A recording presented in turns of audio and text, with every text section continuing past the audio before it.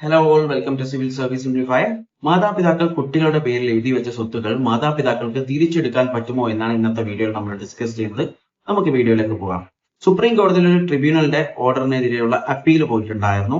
ട്രിബ്യൂണലിന്റെ order എന്ന് പറയുന്നത് മാതാവ് മകന്റെ പേരിൽ എഴുതി വെച്ച സ്വത്തുക്കൾ തിരിച്ച് മാതാവിന്റെ പേരിലേക്ക് തന്നെ എഴുതി വെക്കണമെന്നാണ് ട്രിബ്യൂണൽ പറഞ്ഞിട്ടുള്ളത്. എന്നാൽ സുപ്രീം കോടതി ഈ ഒരു ഓർഡറിനെ ശരിവെക്കുകയും അതിനോടൊപ്പം തന്നെ കുറച്ച് കണ്ടീഷൻസും കൂടി വേണമെന്ന് കോടതി പറഞ്ഞിട്ടുണ്ട്.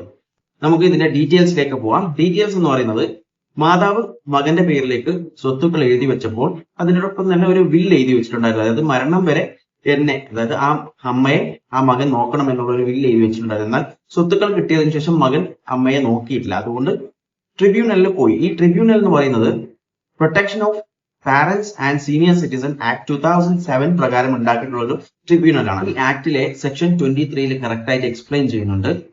ഗിഫ്റ്റ് ആയിട്ട് ഒരു പ്രോപ്പർട്ടി കൊടുക്കുന്ന സമയത്ത് ഒരു വില്ല് എഴുതി വെച്ചിട്ടുണ്ടെങ്കിൽ ആ വില്ല് പ്രകാരം എന്തൊക്കെയാണോ പറഞ്ഞത് അതൊക്കെ പാലിക്കണമെന്ന് അതിൽ പറഞ്ഞിട്ടുണ്ട്. ഇനി അത് പാലിച്ചിട്ടില്ലെങ്കിൽ, അതുപോലെ തന്നെ ഇതൊരു ഫ്രോഡ് ആയിട്ടാണ് ഈ പ്രോപ്പർട്ടീസ് കൈക്കലാക്കിയിട്ടുള്ളെങ്കിൽ ട്രിബ്യൂണലിന് എന്ത് ചെയ്യാം, ഈ ഒരു ഫൈനൽ ട്രാൻസാക്ഷൻസ് ക്യാൻസൽ ചെയ്തിട്ട് ആദ്യത്തെ ഓണേഴ്സിന് തന്നെ, അതായത് പാരന്റ്സിന് തന്നെ ഈ ഒരു പ്രോപ്പർട്ടീസ് തിരിച്ചേൽപ്പിക്കാനുള്ള പവർ ജൂറിസ്ഡിക്ഷൻസ് ഉണ്ട് എന്ന് ഈ ലോയിൽ കറക്റ്റ് ആയിട്ട് പറയുന്നുണ്ട്.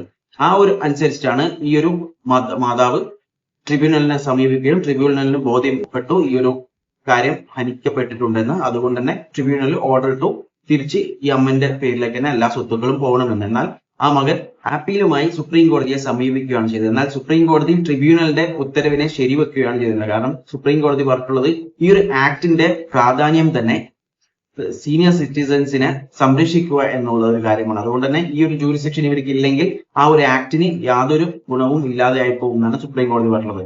നമുക്കുള്ള ഒരു സംശയമാണ്, ഈ ബില്ല് ഉണ്ടായാൽ മാത്രമാണോ ഈ സ്വത്തുക്കൾ തിരിച്ച് പാരന്റ്സിന്റെ കയ്യിലേക്ക് പോകാൻ പറ്റും, അല്ലെങ്കിൽ ഫൈനൽ ട്രാൻസാക്ഷൻ ക്യാൻസൽ ചെയ്യാൻ പറ്റും ട്രിബ്യൂണലിൽ എന്നുള്ള ഒരു കാര്യം.